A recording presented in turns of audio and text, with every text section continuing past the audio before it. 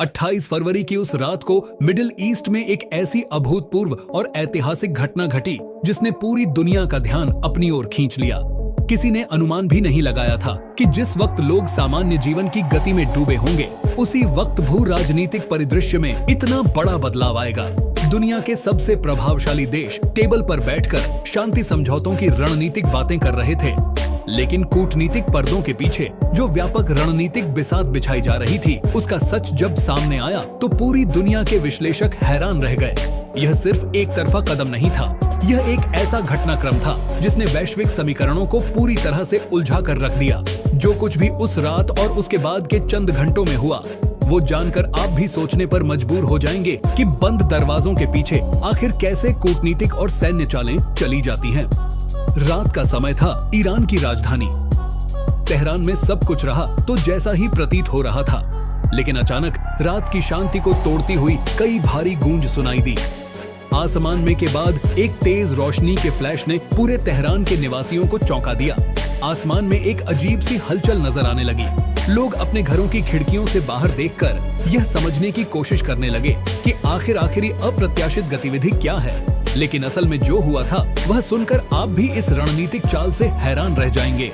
Israel और America ने मिलकर एक बेहद गुप्त और व्यापक रणनीतिक ऑपरेशन को अंजाम दिया था, जिसका कोड नेम रखा गया था लायंस फ्लोर। यह कोई साधारण सैन्य अभ्यास नहीं था। अमेरिका के रणनीतिक नेतृत्व ने इसे एक मेजर टैक्टिकल ऑपरेशन बताया था। जिस वक्त ईरान को लग रहा था कि कूटनीतिक बातचीत चल रही है, उसी वक्त अंतरराष्ट्रीय सेनाओं ने अपनी स्थिति बेहद मजबूत कर ली थी।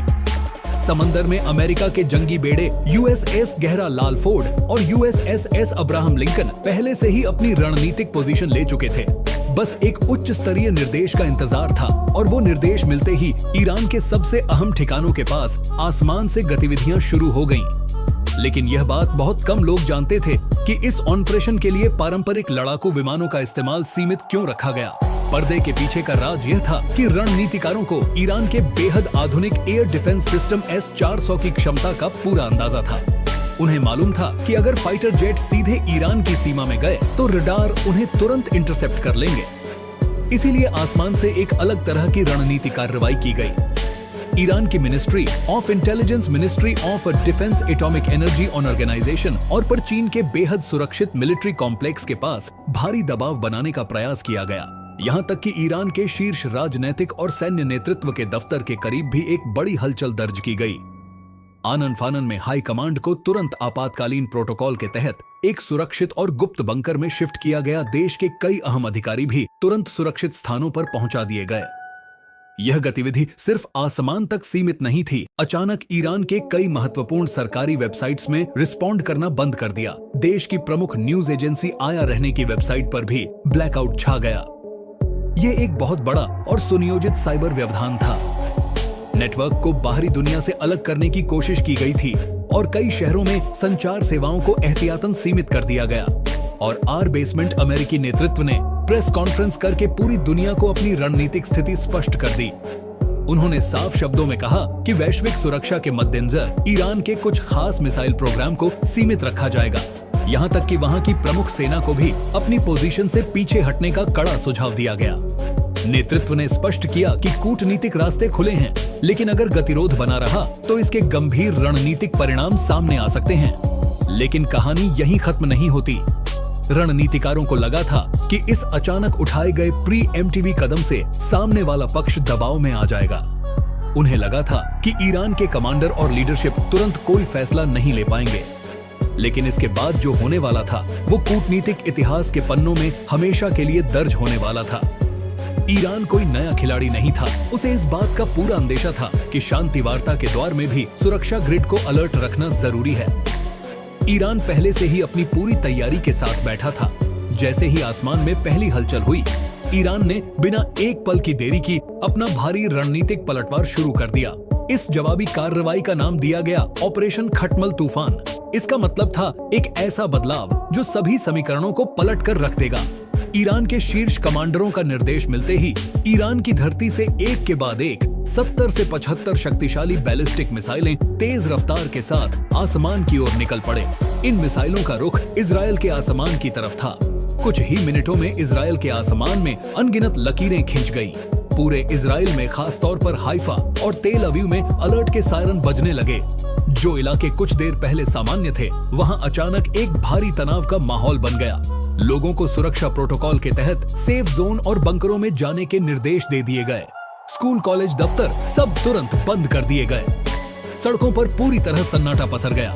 ईरान का एक बड़ा रणनीतिक लक्ष्य इजराइल का हाइफा शहर था। हाइफा कोई आम शहर नहीं था, ये इजराइल का सबसे बड़ा पोर्ट और अर्थव्यवस्था का अहम केंद्र था।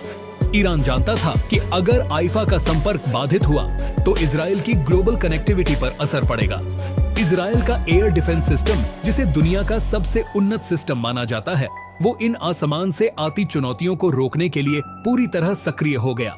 आसमान में तकनीकी इंटरसेक्शन के कई फ्लैश दिखाई दिए, जहां सिस्टम ने हवा में ही एक सुरक्षा ढाल बना दी। हालांकि कई मिसाइलें अपने रास्ते पर आगे बढ़ते रहे। सच्चाई इतनी चौंकाने वाली थी कि दुनिया भर के विश्लेषक स्क्रीन से चिपके रहे। लेकिन अभी तो इस भू राजनीतिक संकट का सिर्फ एक पन्ना खुला था, असल कूटनीतिक हलचल तो अभी बाकी थी। जैसे ही ईरान ने अपना कदम उठाया, पूरे मिडिल ईस्ट में फैले उसके समर्थक समूह भी अचानक सक्रिय हो गए। लेबनान के उत्तरी हिस्से से आसमान में कई रॉकेट के ट्रेल्स देखे गए। चंद मिनटों के अंदर 100 से ज्यादा अलर्ट इजराइल के उत्तरी हिस्से में जारी हुए। उधर यमन में बैठे समूहों ने लाल सागर में अपनी गतिविधियां तेज कर दी। उन्होंने साफ ऐलान कर दिया कि अब लाल सागर से कोई भी कमर्शियल या सैन्य जहाज आसानी से आगे नहीं बढ़ पाएगा। इराक में बैठे हर्षा दल शादी के समूह भी पूरी तरह अलर्ट पर आ गए। पूरा क्षेत्र एक भारी रणनीतिक घेराबंदी में तब्दील हो चुका था। लेकिन इस घटनाक्रम का सबसे बड़ा और चौंकाने वाला ट्विस्ट अभी बाकी था। ईरान के निशाने पर सिर्फ एक जगह नहीं थी। ईरान ने पहले ही स्पष्ट किया था कि किसी भी बाहरी हस्तक्षेप का जवाब पूरे मिडिल ईस्ट में मौजूद अंतर्राष्ट्रीय बेस पर दिया जाएगा, और ईरान ने अपने उस रणनीतिक चेतावनी पर अमल कर दिया। अचानक खबर आई कि बहरीन में मौजूद अमेरिका के सबसे अहम नेवल बेस के करीब अप्रत्याशित हलचल देखी गई है। दशकों बाद यह पहली बार था जब किसी प्रमुख नेवल बेस के इतने करीब सीधे तनाव की स्थिति बनी थी। वहां बजे अलर्ट सायरन ने पूरी दुनिया को चिंता में डाल दिया। इसके तुरंत बाद कुवैत के कैंप आरिफ विजान के पास तनाव बढ़ा। फिर कतर के अल उड़द एयरबेस, जहां बहुत बड़ी फोर्स मौजूद थी, वहां सुरक्षा खड़ी कर दी गई। इसके बाद यूएई के अबू धाबी स्थित अल दफा एयरबेस के पास भी हाई अलर्ट घोषित हुआ। यहां तक कि सऊदी अरब में मौजूद ठिकानों पर भी सुरक्षा ग्रेड एक्टिवेट कर दिए गए। एक के बाद एक पूरे अरब देशों में मौजूद 7 अलग अलग विदेशी ठिकानों पर तनाव की स्थिति बन गई।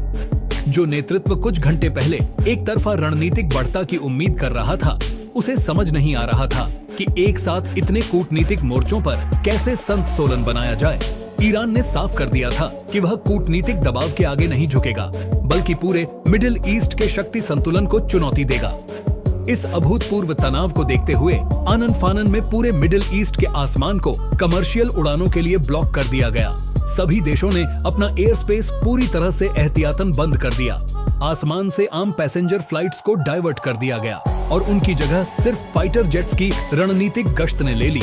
भारत सरकार ने भी तुरंत अपने नागरिकों के लिए एडवाइजरी जारी कर दें कि जो भी भारतीय नागरिक उस क्षेत्र में है, वे सुरक्षित स्थानों पर रहे और गैर जरूरी यात्रा से बचें। एक तरफ अंतर्राष्ट्रीय दबाव था और दूसरी तरफ ईरान का ऑपरेशन खटमल तूफान।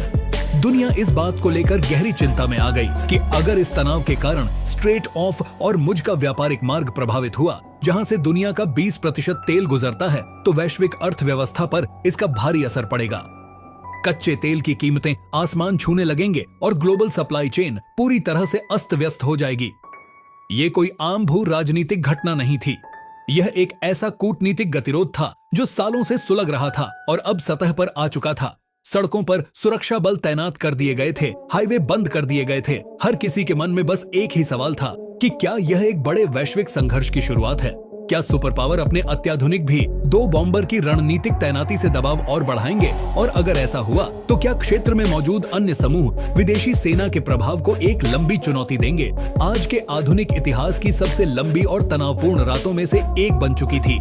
जो लोग शांति से सोए थे, वह सुबह एक बेहद अनिश्चित माहौल के साए में उठे थे। दोस्तों, इस घटनाक्रम के विश्लेषण को आपके सामने रखने का मेरा मकसद किसी को डराना या दहशत फैलाना नहीं है, बल्कि आपको यह बताना और जागरूक करना है कि दुनिया की कूटनीति और भू राजनीतिक संघर्षों के बीच कैसे आम इंसान का जीवन प्रभु होता है।